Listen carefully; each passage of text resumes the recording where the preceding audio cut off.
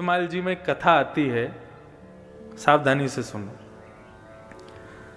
महाराष्ट्र के पंढरपुर में एक वैष्णव भक्त थे, उनका नाम था त्रिलोचन दास।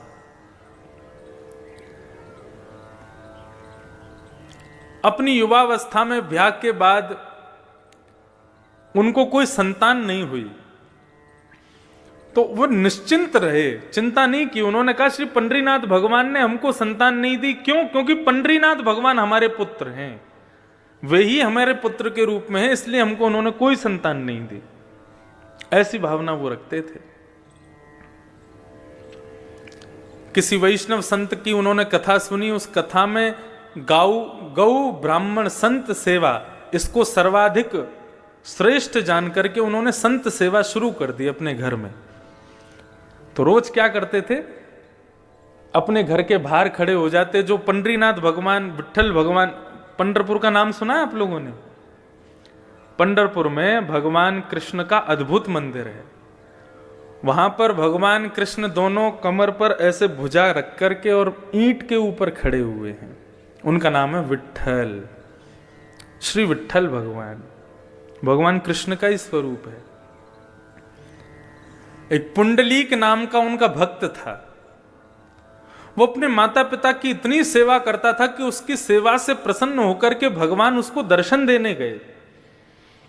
जब द्वारिकाधीश उसको दर्शन देने गए तो भगवान के अंग से निकलने वाले प्रकाश, भगवान के इत्र की सुगंधी, भगवान के आभूषणों की खनक से वो बड़ा चिंतित हो गया और कहने लगा, कौन है भाई इतना प्रकाश कर रहा है, इतनी सुगंधी आ रही है, इतनी गहनों की आवाज आ रही है, कौन है?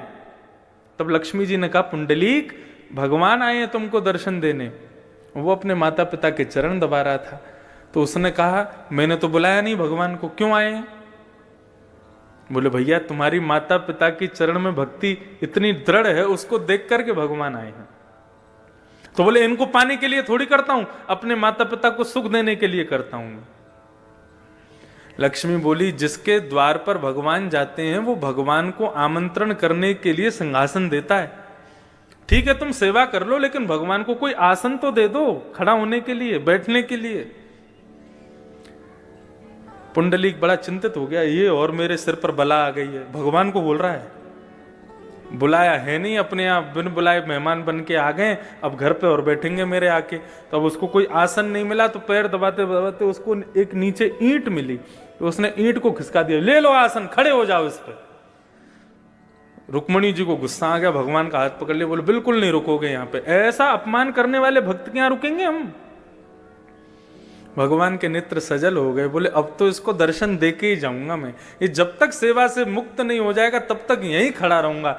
और जैसे कोई प्रतीक्षा करता है, किसी का इंतजार करता है, ऐसे ही भगवान उस ईंट पर खड़े हो गए, दोनों भुजाओं को कमर पर रख के। आज भी वो पंडरीनाथ भगवान आज भी ईंट पर खड़े हैं। ऐसा अद्भुत मंदिर पूरे भारत में नहीं है। प्रत्येक मंदिर में आपको दूर से दर्शन होगा, लेकिन केवल श्री विट्ठल भगवान का मंदिर है जहां पर भक्त भीतर जाकर के पंडरीनाथ भगवान को गले लगा सकते हैं। गले लगाओ तब वहां से बाहर जाओ। जब गले लगाते हैं तो भगवान की इत्र की सुगंधी पूरे हमारे अंग में आ जाती है। इतना सुंदर मंदिर है, अद्भुत। तो पंडरीनाथ भगवान को त्रिलोचन जी अपना पुत्र मानते थे, ये कथा में बोल रहा था।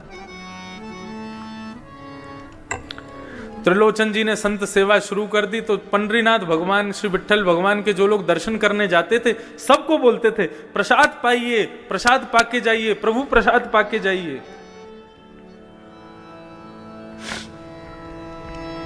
अच्छा, एक मैं नियम आपको बता के जाऊं। इस कथा के जो मुख्य आयोजक परिवार हैं,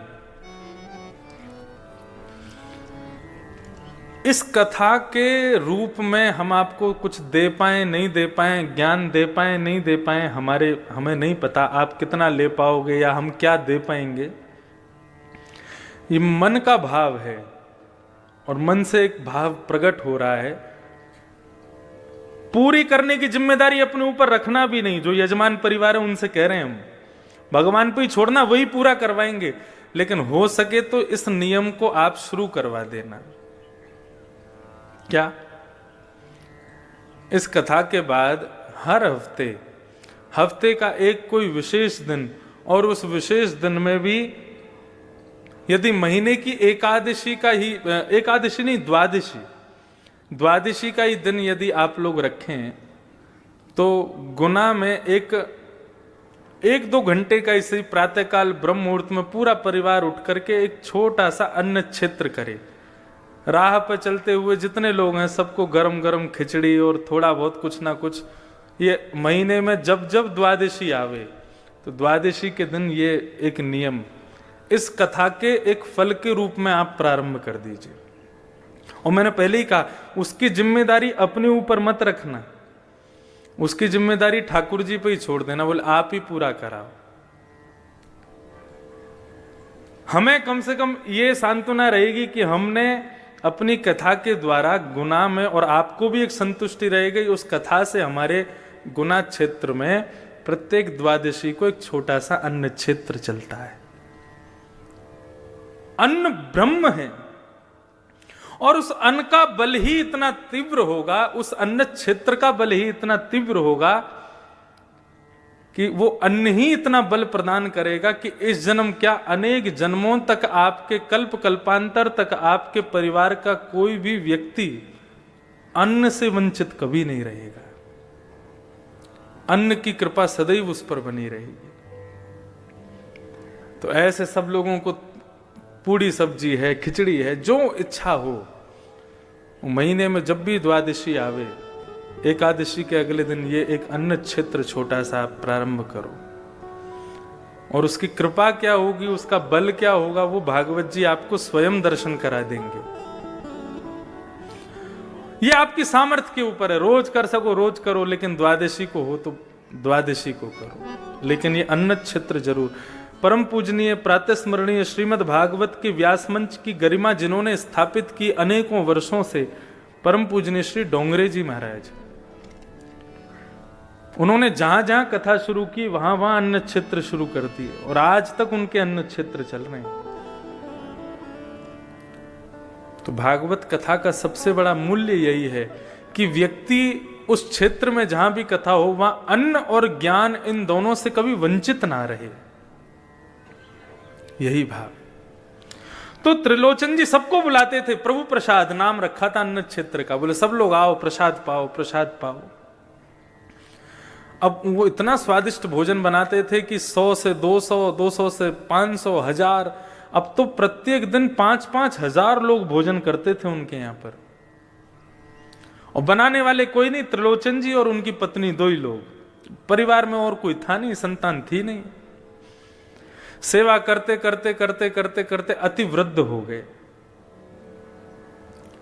अति वृद्ध होने के बाद में उन्होंने भगवान से केवल एक ही इच्छा रखी, प्रभु आपने हमें संतान तो दी नहीं, हमने आपको ही पुत्र माना है, लेकिन अब आपसे एक प्रार्थना करते हैं कि हम दोनों बड़े वृद्ध हो गए, हमसे भोजन बनता नहीं है, सबको पवाने में बड़ी दिक्कत होती है, एक कोई वैष्णव भक्त हमको कोई एक नौकर मिल जाए जो हमारे यहां पूड़ी सब्जी रोटी साग चावल ये सब बना दिया करे और संतों को परोसवा दिया करे, तो 2 से 3 हो जाएंगे तो सहजता रहेगी।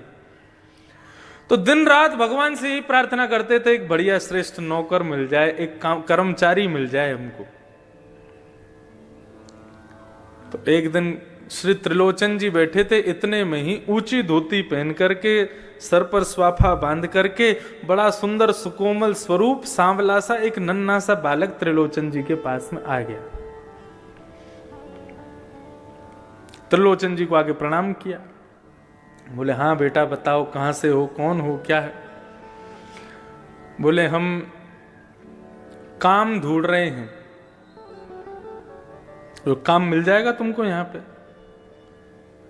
लेकिन कर पाओगे हमारे यहां काम। बोले क्या काम करना पड़ेगा। बोले कुछ नहीं, सवेरे शाम रोटी सब्जी बनानी है, संतों को पवाना है। तो नन्हा सा बालक कहता है ये तो मेरा युग युगों का काम है, ना जाने कब से करता आ रहा हूं मैं,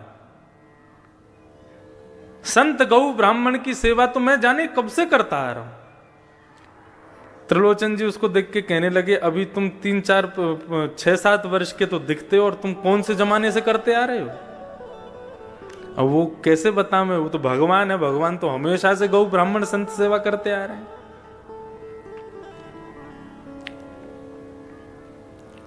एक पंचतंत्र की कथा में यह भाव बताया जाता है।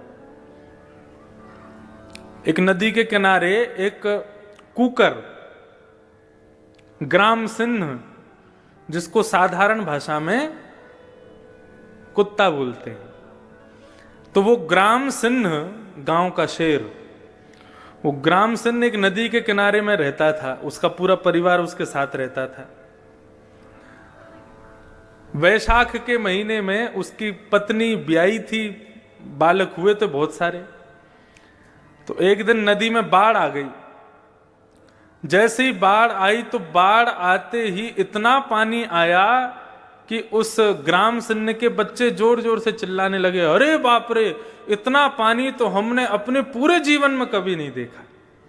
तुम्हारा जीवन ही कितना सा, 1 महीना पहले तो तुम्हारा जन्म हुआ है, उसमें भी तुम क्या क्या देख लोगे।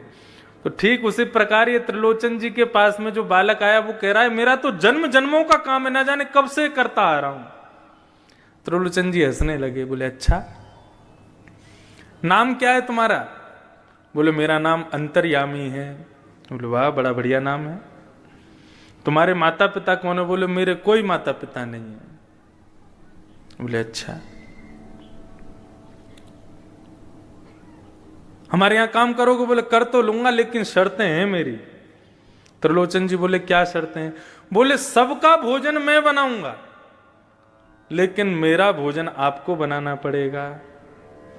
सबके लिए भोजन मैं बना दूंगा, लेकिन मैं अपने हाथ का बना हुआ भोजन नहीं पाता। ठाकुर जी पूरे विश्व को अन्न प्रदान करते हैं, पूरे विश्व को दाल चावल रोटी सब्जी सब देते हैं, लेकिन ठाकुर जी का भोग हमको ही बना के रखना पड़ता है।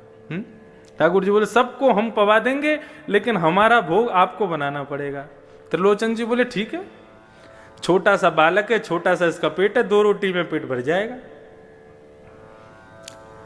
दूसरी बात, बोले एक और शर्त है। बोले क्या शर्त है? बोले कि हम 2-4 रोटी नहीं खाते। बोले कितनी खाते हो? बोले 2 सेर आटे की रोटी खाएंगे हम। अब त्रिलोचन जी की पत्नी कहने लगी, सेठानी जी, बोले कोई बात नहीं, पूरे दिन में तुम सबको हजारों लोगों को पवाओगे, 1-आध सेर आटे की रोटी हम तुमको खवा दिया करेंगे, कोई बात नहीं। बोले एक और शर्त है। बोले तीसरी शर्त क्या है? बोले तीसरी शर्त यह है कि हम जितना भी खावें आपको खवाना पड़ेगा। कभी अगर ये बोल दिया बहुत पेटू है, बहुत खाता है, तो मैं छोड़ के चला जाऊंगा, मुझको कभी टोकना नहीं।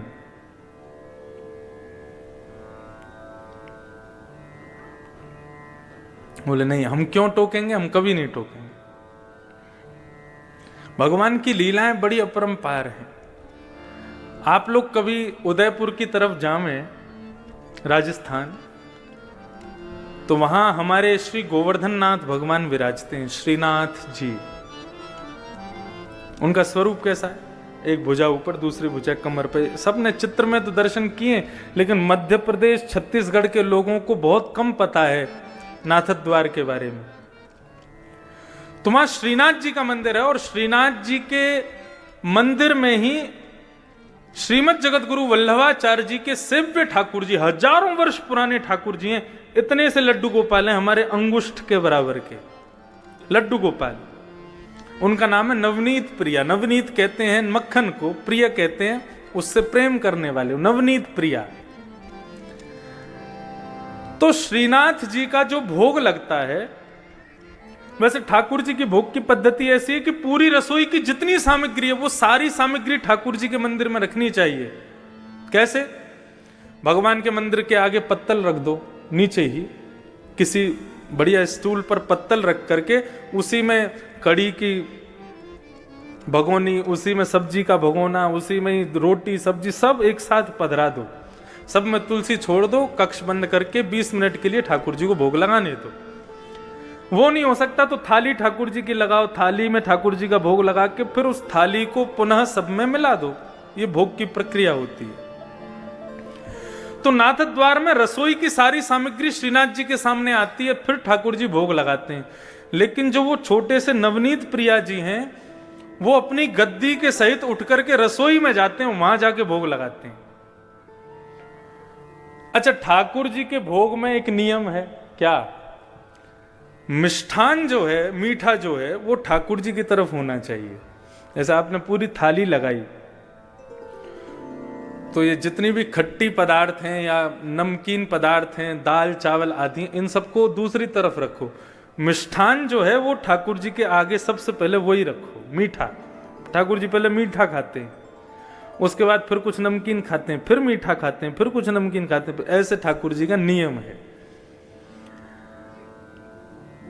तो नवनीत प्रिया जी जो इतने से लाल जी हैं, ठाकुर जी हैं, उनको रसोई में ले जाकर के भोग लगाया जाता है। तो उनका नियम है, सबसे पहले मिठाई रखी जाएगी, उसके बाद में पापड़ रखे जाएंगे, उसके बाद में नमकीन रखी जाएगी, उसके बाद में दाल चावल रोटी ये सब रखे जाएंगे।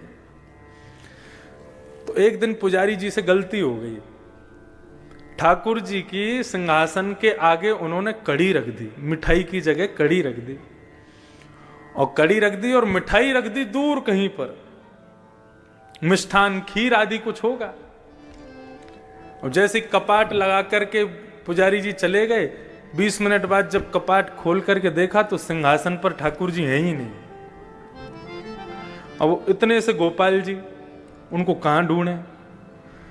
साग सब्जी दाल चावलों में ढूंढ रहे हैं, उनको मिल ही नहीं रहे।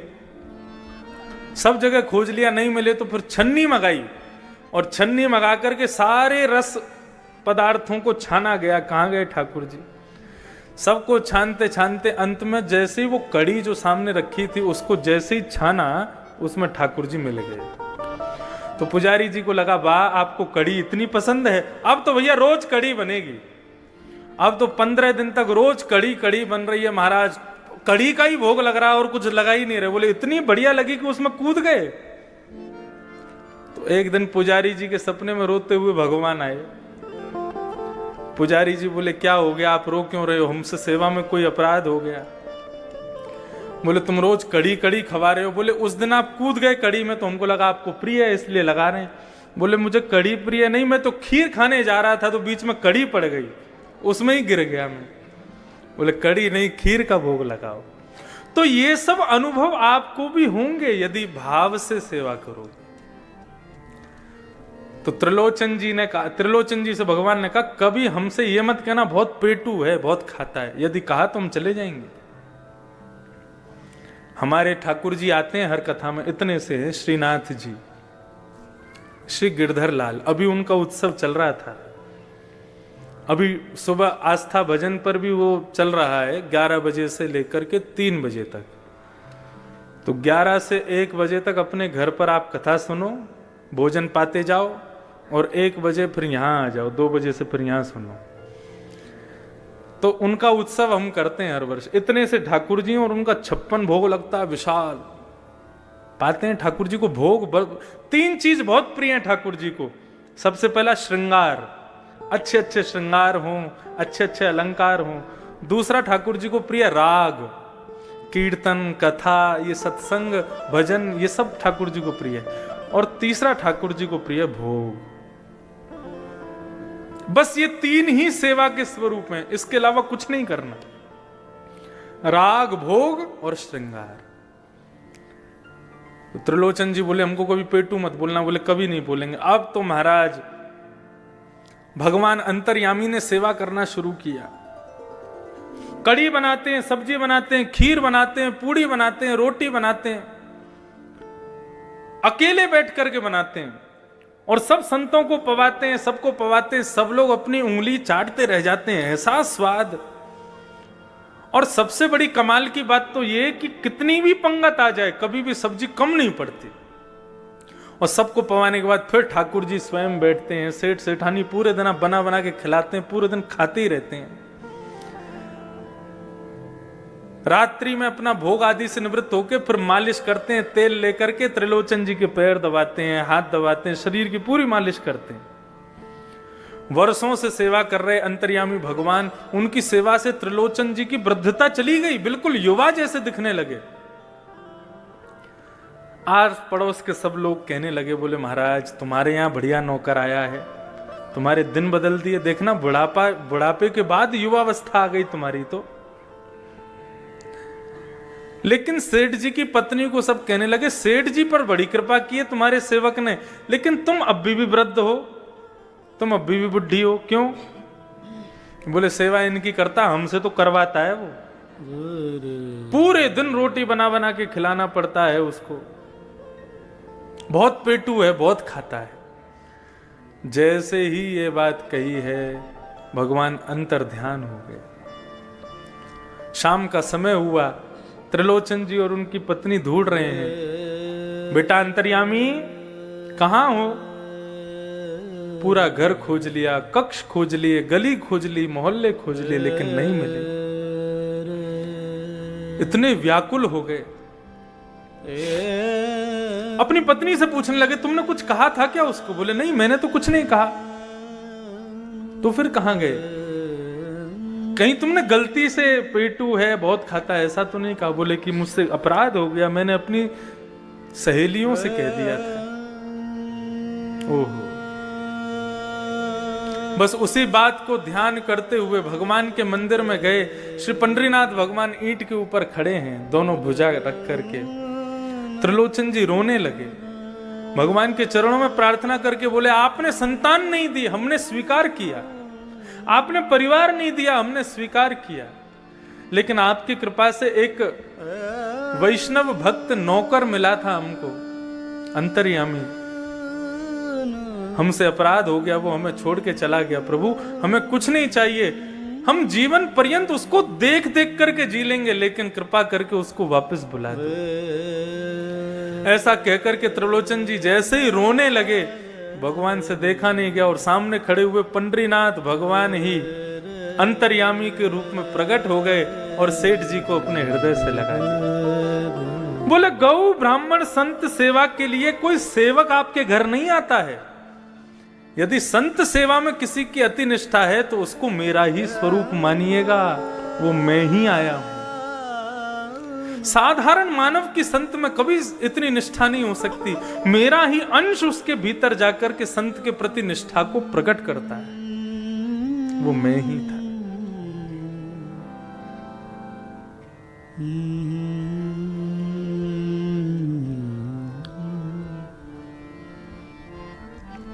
तो ठाकुर जी के प्रति ये प्रेम भाव, ये श्रेष्ठ भाव विश्वास के साथ प्रकट होगा।